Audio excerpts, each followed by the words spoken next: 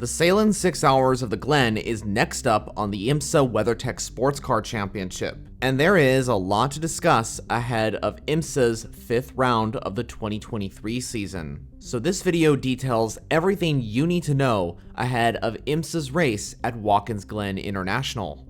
The 6 Hours of the Glen has been operational since 1948, and once again IMSA returns to the Glen.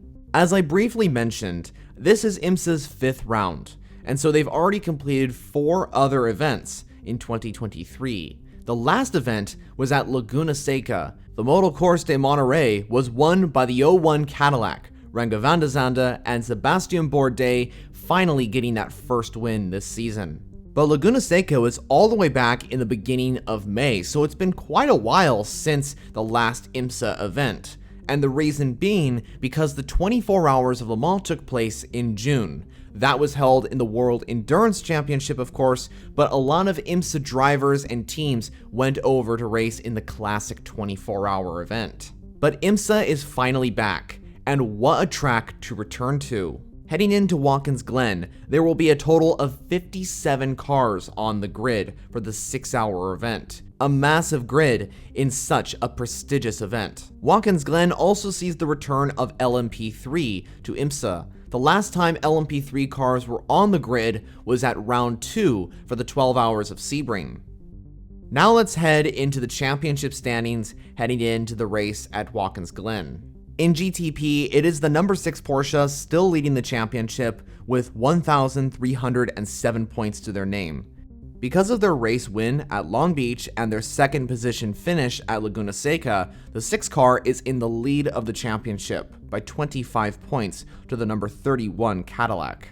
In LMP2, it is the number 11 TDS racing car that leads the championship with 730 points. This is mainly because they won the race last time out at Laguna Seca, so this is why they are now 63 points ahead of the number 52 PR1 Matheson Motorsports car. In LMP3, the number 74 Riley car has the lead of the championship with 380 points. In GTD Pro, Vasser Sullivan Lexus still leads the championship with the number 14 car. However, WeatherTech Racing is catching up after taking win number 2 this season at Laguna Seca.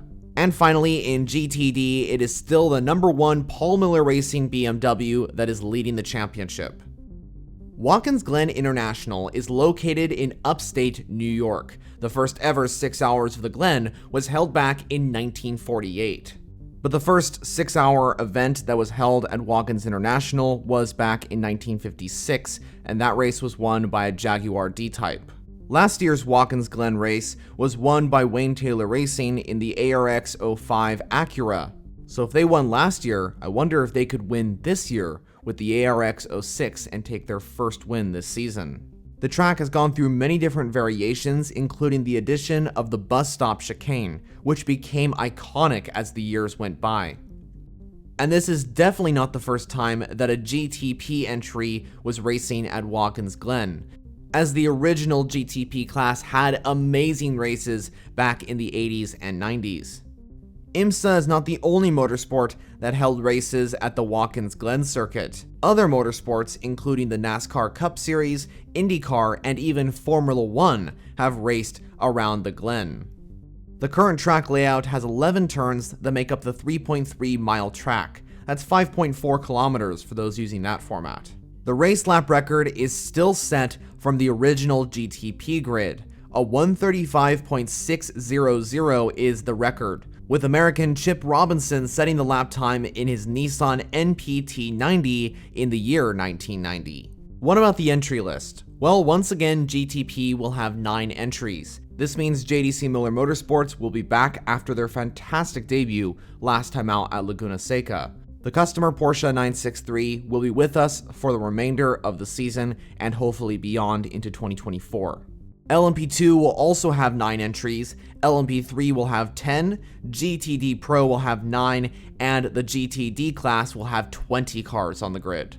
All these entries combine to create a 57-car grid for the Sahlen 6 Hours of the Glen in 2023. I also want to mention that there are 2 GTP entries that will have a third driver for this event. These cars being the number 10 Konica Minolta WTR Acura and the number 31 Wheeling Engineering Action Express Racing Cadillac. Wow, that's a mouthful. Louis Delatraz will join Philippe Albuquerque and Ricky Taylor in the number 10 Konica Minolta Acura, while Jack Aitken will once again pilot the number 31 car with Alexander Sims and Pipo Derani. So you may be asking yourself, when and how long is this event? Well, the Sahlen 6 Hours of the Glen will begin on June 22nd of 2023 and go till June 25th. The race itself will last a duration of 6 hours, with qualifying taking place on Saturday, June 24th from 1:15 to 2:30 local time, while the race will take place a day after on Sunday, June 25th from 10:30 a.m. to 4:30 p.m. local time. And here's how to watch the 6 Hours of the Glen.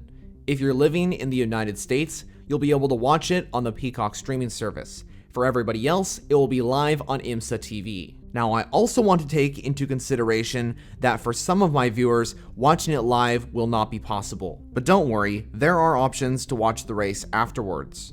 Eventually, the IMSA WeatherTech Sports Car Championship will post the event on their YouTube channel called IMSA Official. I'll link it in the description down below.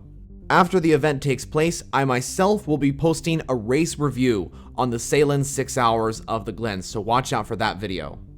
So that completes my IMSA race preview for the Sahlen's 6 Hours of the Glen in 2023. A massive 57 cars will be joining for this incredible event held at Walkins Glen International. Are you excited for this next IMSA held event? And who do you think will win this incredible race? Let me know all your thoughts down in the comments section. If you are interested in endurance racing, this is the channel to subscribe to. If you'd like to see more content on IMSA and the WEC, make sure to subscribe to the left. If you want to see another video right now, I suggest clicking one of the options to the right of your screen. So that's it for me. I'll see you in the next video.